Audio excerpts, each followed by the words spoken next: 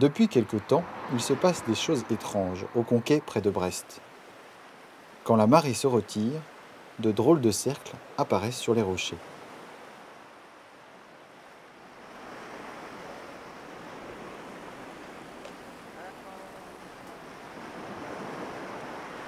Voici les responsables.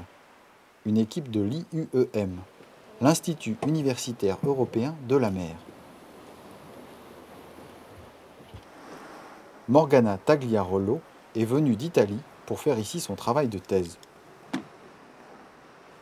Cet été, on a commencé à creuser les rochers pour préparer une zone adaptée à poser les bases pour pouvoir mesurer à l'intérieur des cloches étanches les mesures des métabolismes et des respirations. Attends, ça veut dire que vous êtes en train de mesurer la respiration des rochers?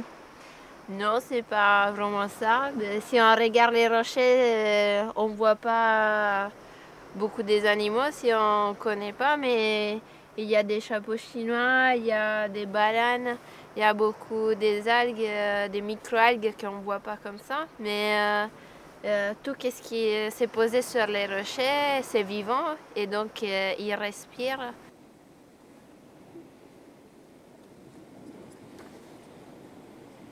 Ces mesures de respiration sous cloche existent depuis de nombreuses années.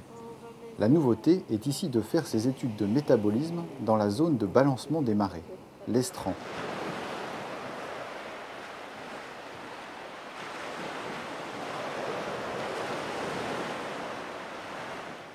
Dans cet endroit particulier, à la frontière entre la vie aquatique et la vie terrestre, Morgana multiplie les points de mesure. Ici, c'est le niveau moyen. On va voir, il y a une des réplicas, elle est là.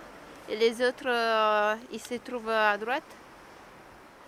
Et en haut, il y a les bases déjà mises en place pour faire les mesures. Les autres trois, ils sont encore dans l'eau, ils vont découvrir bientôt. On a 3 réplicas pour chaque niveau pour être sûr d'avoir une bonne mesure représentative de chaque niveau. Et là, on peut voir qu'il y a des choses Et vivantes. on est dans les niveaux moyens. Donc, on a des patelles, des chapeaux chinois. On a une toute petite ici, littorine, Saxatilis. On a des baleines, que c'est tous les crustacés, où ils sont fermés, ils sont vivants, où c'est plutôt noir, et c'est des morts en fait. Tout ça, c'est vivant, mais c'est incroyable. Voilà. Pour moi, c'était des bouts de rocher, ça. Ben non.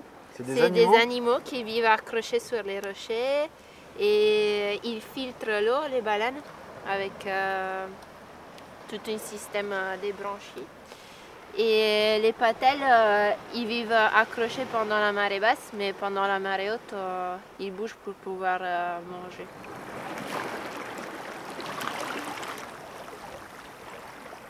Et tout ce petit monde, ça respire comment en gros? Alors ça respire comme nous ou c'est beaucoup moins, beaucoup plus C'est beaucoup moins, c'est par rapport à la nécessité de chaque individu, ça dépend de l'activité, plus on bouge, plus on respire. Donc s'ils sont actifs, on aura une respiration beaucoup plus forte. S'ils sont en phase de repos, on aura une respiration plus faible. Donc je dois les couvrir pour faire les temps qui chauffent. Pour mesurer précisément le CO2 et l'oxygène captés ou produits par tout le vivant accroché au rocher, l'équipe de Morgana répète un protocole en 2 temps avec des cloches opaques et des cloches transparentes. Grâce à la cloche opaque, on empêche à la lumière d'arriver jusqu'au rocher. Donc il n'y aura pas la photosynthèse avec la production d'oxygène. Donc avec la cloche opaque, on va mesurer quelle est la production de CO2 par les organismes qui sont enfermés dans le système. Par contre, avec la cloche transparente, il y aura du CO2 produit par la respiration et du CO2 consommé par la photosynthèse. Donc avec la cloche opaque et la cloche transparente et de petits calculs, tu sais exactement comment tout ça respire. Voilà, ça suffit faire des simples calculs pour obtenir la partie des végétaux et la partie des animaux.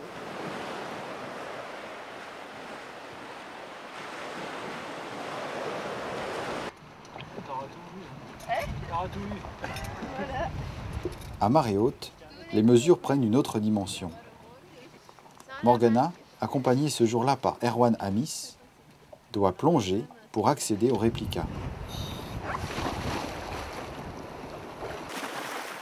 Première étape délicate, fixer les cloches sur leur base. Il faut alors faire un premier prélèvement d'eau, suivi d'un deuxième après 1 heure d'incubation.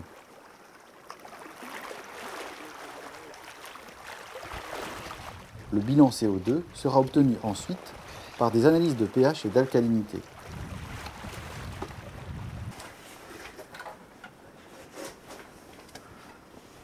Ces mesures de terrain seront reproduites plusieurs fois cette année, à différentes saisons.